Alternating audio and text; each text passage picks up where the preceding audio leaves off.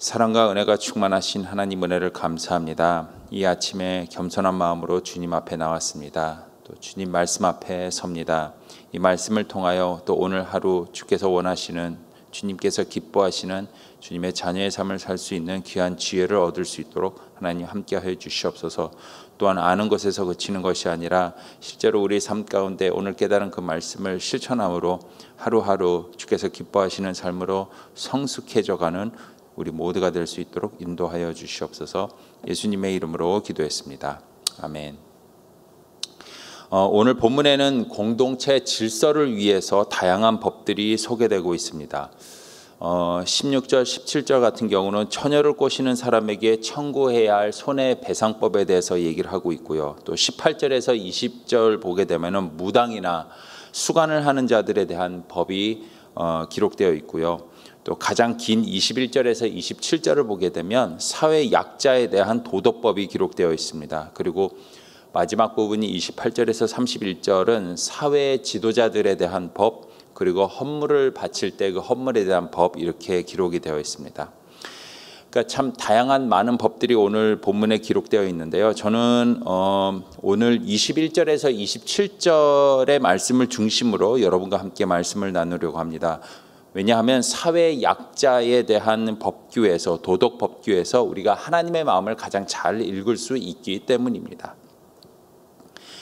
그 옛날 어느 마을에 큰 잔치가 벌어졌다고 합니다. 마침 산에서 오랜 기간 동안 수양을 하던 수도사가 잠깐 그 마을에 내려왔는데, 그 마을에 잔치가, 어느 집에서 잔치가 있다는 얘기를 듣고는 그 잔치집에 이렇게 들어갑니다.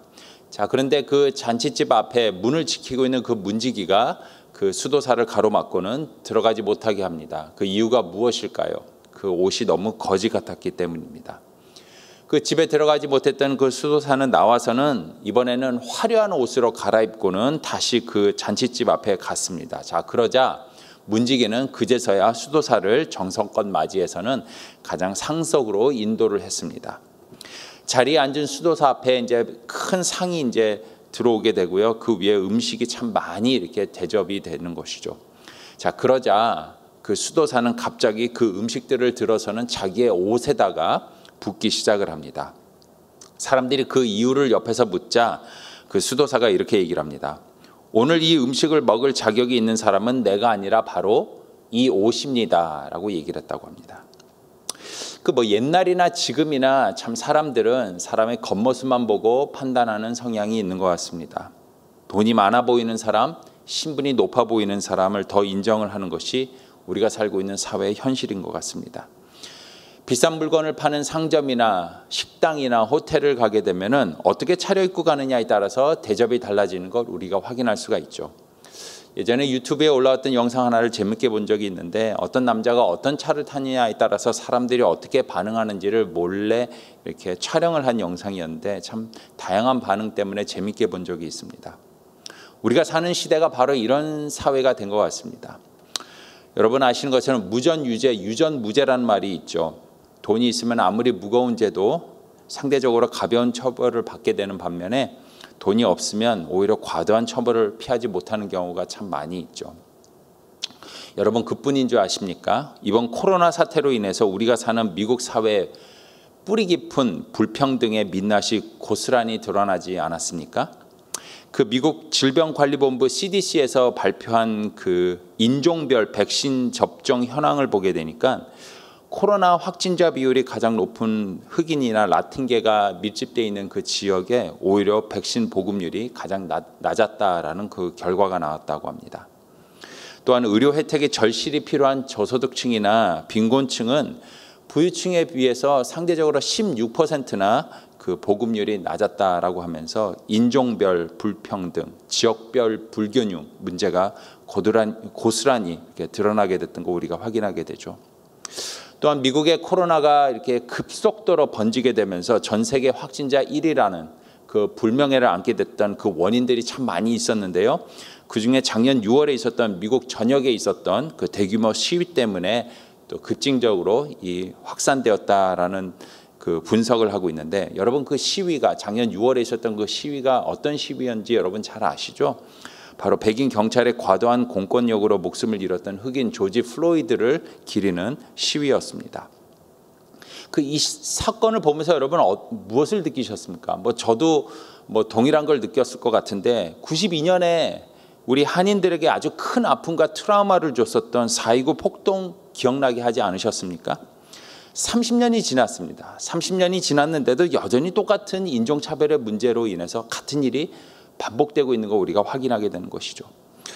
백인에게 인종차별을 받았다고 흑인들이 일으킨 폭동에 정작 피해를 본 사람들은 백인이 아니라 또 다른 힘이 없는 이민자 우리 한인들이었다는 것. 이게 참 우리들에게 큰 아픔으로 다가오지 않았었습니까? 아무리 자유와 평등을 외치는 나라지만 결국 가장 긴박한 순간에는 가난한 자, 소수민족, 이방인들이 더 억울하고 부당한 대우를 받는 것. 이것이 바로 우리가 사는 사회의 현실이지 않겠습니까? 자, 그렇다면 이런 불평등과 차별이 난무한 사회 속에서 하나님을 믿는 신자는 과연 어떻게 살아야 될까? 어떻게 살아야 하나님의 사람답게 사는 것일까? 오늘 말씀을 통해서 이 질문에 대해서 우리가 함께 생각해보고 이렇게 좀 묵상해 보려고 합니다. 자, 오늘 본문은 이스라엘 민족이 400년의 노예 생활을 벗어나서는 홍해를 건너서 3개월 만에 도착한 시내산 아래에서 일어난 사건을 기록을 하고 있죠. 여러분, 시내산 아래에서 이스라엘 백성들은 앞으로 그들이 하나님의 민족으로서 살아가야 될 그 중요한 근거 두 가지를 받게 됩니다. 하나는 율법이고 또 다른 하나는 성막이었습니다. 율법과 성막을 받게 되는 것이죠. 자, 그런데 그들이 받았던 그 율법을 크게 또 두 가지로 나눌 수가 있는데 십계명과 일반법으로 이렇게 나눌 수가 있습니다. 그런데 이 십계명과 일반법은 약간의 차이점이 있습니다. 십계명 같은 경우는 하나님께서 직접 주신 법이죠. 그래서 돌판에 새겨서는 분명히 외우고 분명히 기억하라라는 의미로 주셨습니다. 반면에 일반법 같은 경우는 이 십계명에서 파생된 법들로서 하나님의 백성이 지켜야 할 도덕적 법들을 기록하고 있는 것이죠.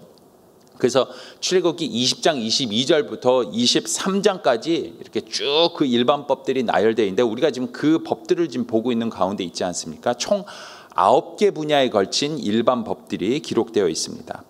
이 9가지 분야의 일반 법들은 이스라엘 민족이 하나의 국가를 이루기 위해서 꼭 필요한 법들이 됩니다. 공동체의 질서를 위해서 반드시 지켜야 될 일반 법들이 되는 것이죠. 오늘 본문 21절과 27절은 그 일반 법들 중에서도 도덕에 관한 법으로서 특히 사회에서 소외되고 약한 자들을 보호하기 위한 법입니다. 자, 그런데 우리가 출애굽기 20장에서 23장까지 기록되어 있는 21, 22, 23 이 4장에 걸쳐서 기록되어 있는 일반 법들을 이렇게 쭉 살펴보게 되면은 두 가지 특이한 점들을 우리가 발견할 수가 있습니다. 물론 이제 오늘 우리가 본문에서 봤었던 그 법들 중에서도 동일하게 발견되는 특이한 점들이죠. 첫 번째 이 특이한 점이 무엇이냐면 그 처벌 수위가 매우 높고 엄격하다라는 겁니다. 예를 들어서 출애굽기 21장 12절에서 27절에 기록된 폭행법을 보게 되면은 그 처벌 수위가 굉장히 높습니다. 예를 들어서 12절 보게 되면은 사람을 죽인 자는 반드시 죽여라라고 돼 있죠. 15절과 17절을 보게 되면은 예를 들어서 부모를 폭행하는 사람은 반드시 죽여라라고 돼 있습니다. 오늘 본문 18절에도 보게 되면 무당은 죽여라라고 돼 있죠. 19절에 예를 들어서 짐승과 수간을 하는 자는 반드시 죽여라라고 돼 있습니다. 그 당시 이 폭행법에 대해서 어느 정도 처벌을 할 것인가 그 이웃 나라들을 보게 되면은 수리아법 같은 경우에서는 옷을 벗겨서 마을에서 쫓아내라라는 것이 처벌 수위 정도 됩니다. 그리스 아테네 법 같은 경우는 시민권을 박탈해라 그 정도 선에서 처벌이 되는 것이죠. 그런데 하나님이 명령하신 처벌 수위는 죽이라는 겁니다. 반드시 아주 매우 엄격하다라는 것이죠.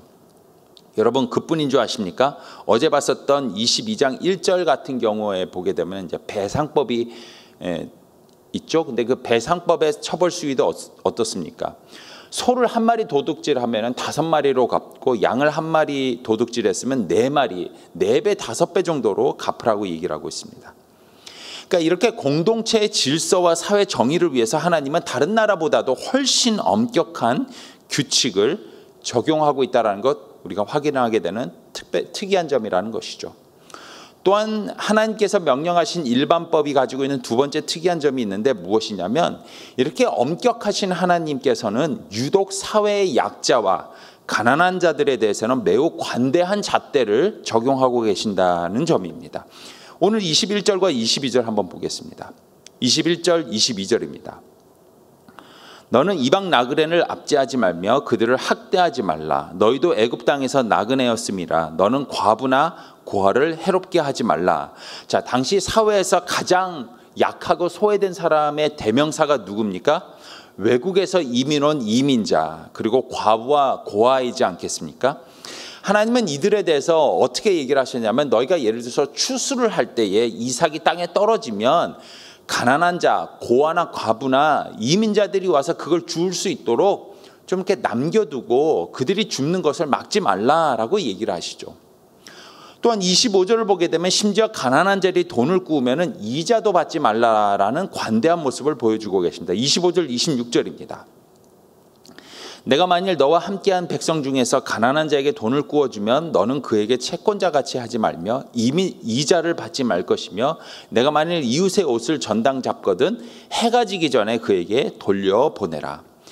자, 이 말씀들이 우리에게 지금 무엇을 말하고 있습니까? 하나님의 마음은 가난한 자, 약한 자들 편에 서 있다라는 것 우리가 확인할 수 있다라는 것이죠.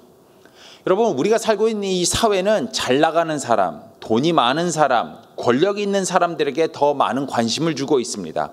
하지만 우리 하나님은 사회에서 버림받고 고통받고 있는 약자들, 이민자들, 가난한 자들에게 더 관심을 두고 있다는 거 우리가 이 말씀을 통해서 확인할 수 있다는 사실이죠. 자, 이렇게 하나님의 관심이 이러한 자들을 향하고 있다면 여러분, 우리들의 관심은 어디를 향하고 있어야 됩니까? 누구를 향하고 있어야 됩니까? 당연히 하나님의 관심이 있는 곳에 우리의 관심이 가야 되고 하나님의 눈이 향하는 곳에 우리의 눈이 향해야 되지 않겠습니까? 여러분, 아무리 똑같은 어려움이라 할지라도 모든 사람에게 동일한 강도의 고통으로 다가오는 것은 아닙니다. 여러분, 똑같은 코로나의 어려움 가운데서도 상대적으로 여유가 있는 사람들보다는 가난하고 약한 자들에게 고통의 강도는 몇 배, 몇십 배로 더 강하게 다가오는 법이라는 것이죠. 자, 그렇다면 불평등과 차별이 가득한 이 세상에서 우리가 어떻게 하나님의 백성답게 살 수 있을까? 어떻게 하면 하나님께서 기뻐하시는 당신의 자녀, 신자다운 삶을 살 수 있을까? 오늘 본문을 보게 되면 우리가 다음에 두 가지 사실을 기억할 때에 우리는 신자다운 삶을 살 수 있다라고 이야기를 하고 있습니다. 우리가 하나님의 백성답게 불평등과 차별이 난무한 이 사회 속에서도 우리가 하나님의 백성답게 살기 위해서 우리가 기억해야 될 두 가지. 첫 번째 무엇이냐면 바로 내가 누구인지를 바르게 알아야 된다라는 겁니다. 첫 번째로 내가 누구인지를 바르게 알 때 우리는 하나님의 자녀답게 살 수 있다는 것이죠. 국어와 산수를 잘해야 된다는 의미입니다. 쉽게 말해서 자기 주제를 알고 자기 분수를 알아야 된다는 것이죠. 본문에서 하나님은 나그네 이민자들을 압제하지 말고 학대하지 말라라고 말씀하고 계십니다. 그 이유가 무엇일까요? 21절입니다. 너는 이방 나그네를 압제하지 말며 그들을 학대하지 말라. 너희도 애굽 땅에서 나그네였음이라. 지금 너희가 좀 자유롭게 살지만 너희도 한때는 애굽에서 노예로 살 때가 있었던 것 기억해야 된다. 너희가 지금은 넉넉하지만 한때 너희도 줄이고 배고플 때가 있었다는 것 잊지 말아라. 너희도 애굽에서 이민자였고 가난했는데 이제 좀 먹고 살만하다고 어떻게 다른 이민자와 나그네를 너희가 압제하고 핍박할 수 있느냐. 지금 그 말씀을 하나님이 지금 주고 계시는 것이죠. 우리가 과거에 어떤 사람이었는가, 우리가 어떤 삶을 살았는가를 기억하고 또한 하나님의 은혜가 어떻게 우리를 그 어려움 가운데서 인도해서 지금의 이 자리까지 인도했는가를 우리가 기억하고 잊지 않는다면 차별과 불공평이 난무한 이 세상 속에서도 우리는 가난한 자, 약한 자, 소외된 자를 돌보면서 분명히 다른 삶을 살 수 있다는 사실입니다. 여러분, 사도 바울이 왜 그렇게 핍박과 고난을 받으면서도 전도를 하러 다녔는 줄 여러분 아십니까? 왜냐하면 사도 바울은 자신이 과거에 어떤 사람인지를 분명히 깨닫고 잊지 않는 삶을 살았기 때문이다라는 사실입니다. 그래서 자신의 과거와 똑같이 살고 있는 사람들을 보면 이 하나님의 은혜가 자꾸 생각이 나서는 전도를 중단할래야 중단할 수가 없었던 것이죠. 이 하나님의 은혜와 복음을 전하지 않을래야 않을 수가 없었기 때문에 그는 그 핍박과 고난 속에서도 자신의 과거를 기억하고 내가 어떤 사람이었는지를 기억하면서 계속 복음을 전했다라는 것입니다. 나 같은 자에게도 은혜를 베풀어 주셨는데 라는 은혜의 감격과 감사하는 마음 때문에 그는 그 삶을 그만둘 수 없었다라는 것이죠. 사랑하는 성도 여러분, 우리가 올챙이적 기억을 못하는 그런 교만한 사람이 되지 않기를 간절히 소망합니다. 우리가 과거에 얼마나 어렵고 힘든 시절을 보냈는가를 잊지 않는 사람이 되기를 간절히 소망합니다. 우리가 이민자로서 가난하고 소외된 삶을 살았고 우리가 얼마나 어려운 삶을 살았는가, 그런데 그 가운데서 하나님이 우리를 어떻게 도우셨는가, 자기 주제와 분수를 올바로 알 때에 우리는 불공평과 차별이 가득한 세상 속에서도 세상과 분명히 다른 아름다운 삶을 살 수 있으리라고 저는 믿습니다. 제가 신학교 다닐 때에 참 어렵게 신학교 생활을 했습니다. 그러니까 경제적으로 어려우니까 아침에 이제 학교를 가서 이제 수업을 듣고 나면 집에 와서 점심을 먹고 오후에 바로 이제 일을 하러 갑니다. 그때 이제 식당에서 아르바이트를 했었거든요.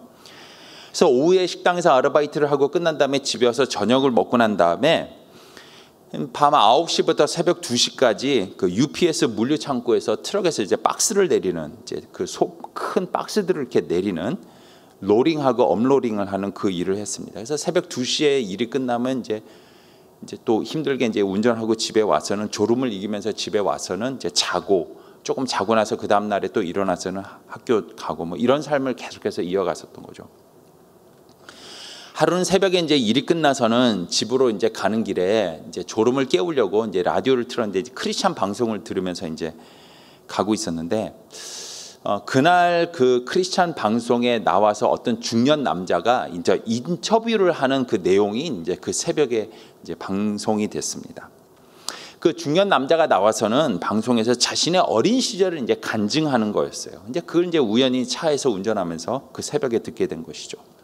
그 스토리는 이렇습니다. 그 캘리포니아 롱비치 지역에 짐이라는 5살 된 소년이 살고 있었습니다. 근데 이 소년이 이제 부모님이 있었는데 아버지가 알코올 중독자였어요. 그래서 이 알코올 중독자 아버지 때문에 어쩔 수 없이 이 소년 짐 5살 때에 부모님은 이혼하게 되었으며 엄마가 뚜리잡을 뛰면서 이 혼자 아들을 키워가고 있었습니다. 이렇게 어렵게 살다가 3년 후에 어머니는 짐이 8살 되던 해에 재혼을 했는데 정말 어처구니 없게도 재혼한 지 1년 만에 어머니는 암으로 세상을 떠났다고 합니다.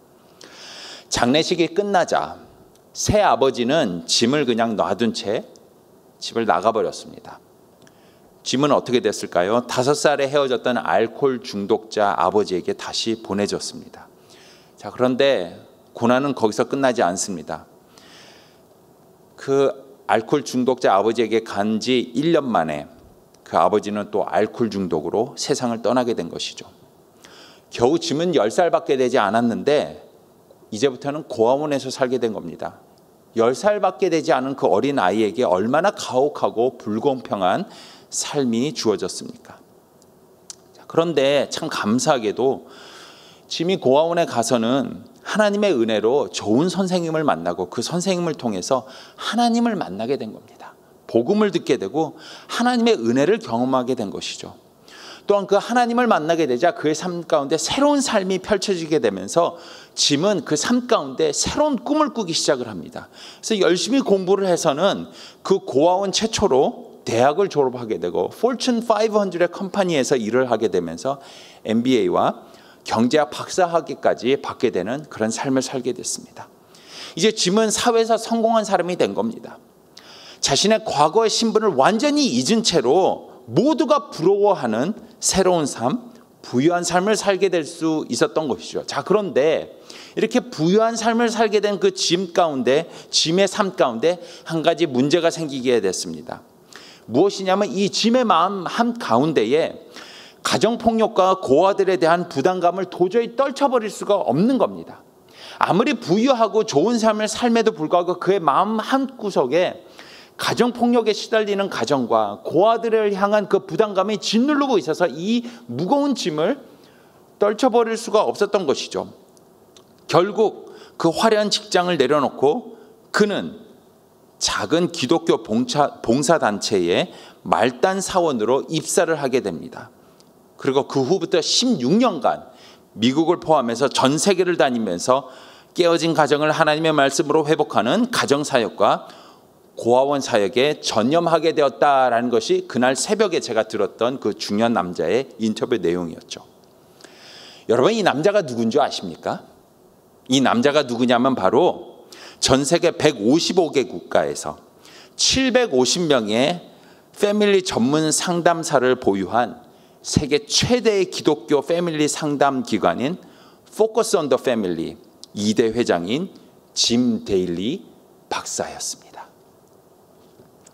여러분, 그는 자신이 누구인지를, 자기의 주제와 분수를 기억하는 사람이었습니다.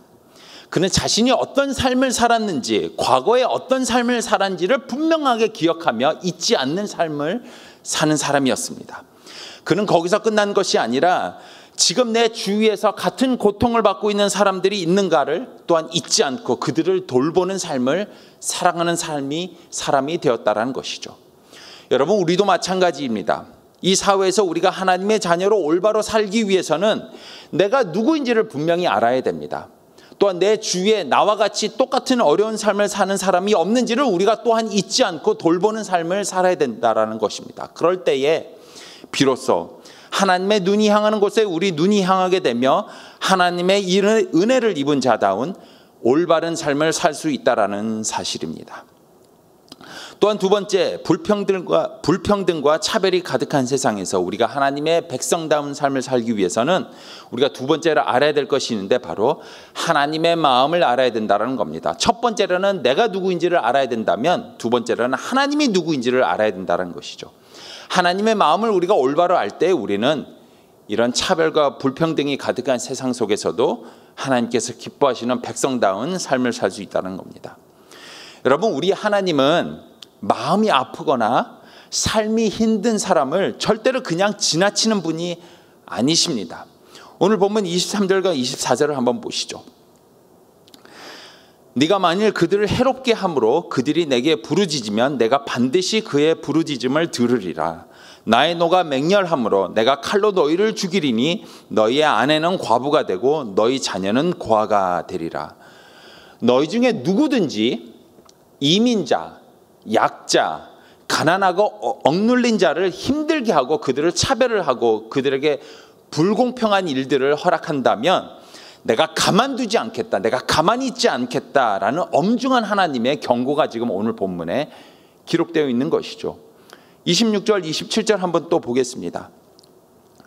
네가 만일 이웃의 옷을 전당 잡거든 해가 지기 전에 그들에게 돌려보내라. 그것이 유일한 옷이라. 그것이 그의 알몸을 가릴 옷인즉 그가 무엇을 입고 자겠느냐. 그가 내게 부르짖으면 내가 들으리니 나는 자비로운 자임이니라. 여러분, 입고 있는 옷까지 전당 잡힐 정도로 삶이 얼마나 비참하겠습니까? 그 삶이 얼마나 어렵고 힘들면은 절박했으면 입고 있던 옷까지 전당 잡히고서는 돈을 빌릴 수밖에 없었겠습니까? 하나님께서 그런 자들을 어떻게 대하라고 얘기하십니까? 해지기 전에 돌려보내라. 그 옷들을 돌려보내라 라고 얘기를 하고 있습니다. 그 이유가 무엇이라고 얘기를 합니까? 27절 다시 한번 보죠. 마지막 부분입니다. 내가 들으리니 나는 자비로운 자임이니라. 하나님이 자비로운 자이십니다. 그는 불쌍하고 약하고 소외된 자를 가만히 그냥 지나치지 않는 분이시라는 것이죠. 이것이 하나님의 마음입니다. 이 하나님의 마음을 우리가 알 때에 우리는 분명히 세상과는 다른 삶, 아름다운 삶, 하나님께서 기뻐하시는 그의 자녀다운 삶을 살 수 있다는 것이죠. 이것이 바로 하나님의 마음이며 이런 분이 우리의 하나님이 되신다는 거 우리가 잊지 않고 기억한다면 우리는 하나님의 자비로운 마음으로 우리 주위에 어렵고 힘든 자들에게 또한 자비와 은혜를 베풀 수 있다는 사실이죠. 사랑하는 성도 여러분, 한번 곰곰이 생각해 보죠. 만약 하나님께서 오늘 이 자리에 임하신다면, 오늘 이 새벽에 여러분이 계신 곳에 또는 이 자리에 하나님께서 오신다면 누구를 가장 먼저 찾아가실까요? 돈이 많거나 성공하거나 좋은 집에서 좋은 차를 타는 사람들을 가장 먼저 찾아가실까요? 아니요, 저는 그렇게 생각하지 않습니다. 하나님께서는 분명히 가장 아프고 힘든 자들을 가장 먼저 찾아가실 거라고 저는 믿습니다. 제가 어떻게 알 수 있냐고요? 어떻게 이 사실을 확신하냐고요? 왜냐하면 2000년 전에 하나님의 아들 되시는 예수 그리스도께서 이 땅에 오셨을 때 바로 그런 삶을 사셨기 때문입니다. 예수님은 늘 가난한 자, 소외된 자, 약한 자, 병든 자를 가장 먼저 찾아가셨습니다. 여러분, 오늘 하루 우리가 살아갈 때 하나님의 마음이 가장 먼저 향하는 자들이 누구인지를 우리 주변을 잘 살펴보면서 우리가 그들에게 먼저 우리의 눈을 돌리는 삶을 살아가기를 간절히 소망합니다. 우리가 조금만 눈을 크게 뜨고 하나님의 마음으로 우리 주변을 돌아본다면 분명히 세상에 보는 눈으로 보는 것이 아니라 하나님의 눈으로 보게 되면서 그동안 보이지 않았던 사람들이 우리 눈에 보이게 될 것입니다. 가난하고 소외된 자들이 우리 눈에 들어오게 될 것입니다. 그들을 우리가 하나님의 마음으로 대하는 오늘 하루가 되기를 원합니다. 특별히 여러분, 우리와 똑같이 이민자로서 이 땅에 살아가고 있는 타민족 형제자매들을 잘 살피는 하루가 되었으면 좋겠습니다. 예를 들어서 여러분이 오늘 일하시는 직장과 일터에 예를 들어서 그런 분들, 우리와 똑같이 이민자로서 사회 소수민족으로 사는 분들과 함께 일하는 분들이 계시다면 내가 그동안 그들을 어떤 자세로 대했는지 반성하면서 다시 한번 그들을 하나님의 마음으로 대하는 그런 하루가 되었으면 좋겠습니다. 그동안 내가 너무 함부로 대하지는 않았는지, 폭력적으로 말하지는 않았는지 우리의 모습을 반성하는 하루가 되었으면 좋겠습니다. 이렇게 우리가 오늘 하나님의 말씀을 통해서 조금씩 우리의 모습을 회개하고 변화된 삶을 살기 위해서 조금씩 우리가 변화되어 나간다면, 성숙해져 나간다면 하나님께서는 분명히 우리의 그런 모습을 통해서 불공평과 차별에 난무한 이 세상 가운데서도 자비와 긍휼, 사랑과 평등의 나라를 세워나가시는 사역을 이루어 가시리라고 저는 믿습니다. 기도하겠습니다. 하나님 아버지, 은혜를 감사합니다. 하나님, 세상은 갈수록 어지러워지고 겉모습만 보고 사람들을 판단해서 돈이 많고 힘이 있고 능력이 있는 사람들에게 더 많은 관심을 갖고 그 사람들을 더 사랑하는 모습을 보이고 있습니다. 하지만 하나님은 그런 하나님이 아니라는 것, 오늘 말씀을 통해서 하나님을 올바로 깨달을 수 있도록 인도해 주신 것 감사합니다. 하나님, 오늘 하루를 살아가면서 하나님의 마음이 향하는 곳, 하나님의 눈이 향하는 곳에 우리의 마음과 눈이 향하는 그런 하루가 될 수 있도록 인도하여 주시옵소서. 예수 그리스도께서 이 땅에 오셨을 때 가장 어렵고 힘든 38년 된 병든 자나 삭개오를 먼저 찾아가셨던 것처럼, 자식을 잃은 부모를 먼저 찾아가셨던 것처럼 오늘 하루의 우리의 삶도 그런 사회에서 소외되고 아프고 힘든 자들에게 먼저 우리의 마음과 자비와 사랑을 베풀 수 있는 그런 하루가 될 수 있도록 주님, 우리의 삶을 사용하여 주시옵소서.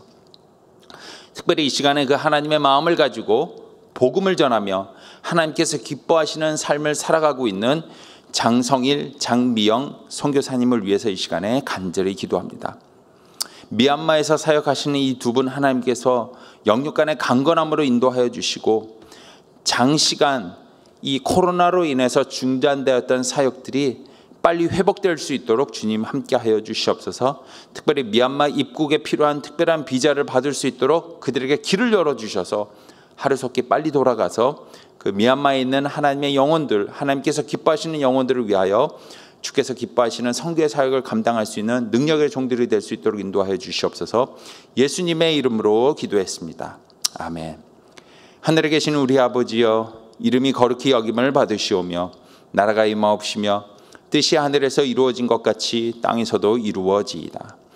오늘날 우리에게 이러한 양식을 주시옵고 우리가 우리에게 죄 지은 자를 사하여 준 것 같이 우리의 죄를 사하여 주시고 우리를 시험에 들지 말게 하옵시며 다만 악에서 구하옵소서. 대개 나라와 권세와 영광이 아버지께 영원히 있사옵나이다. 아멘.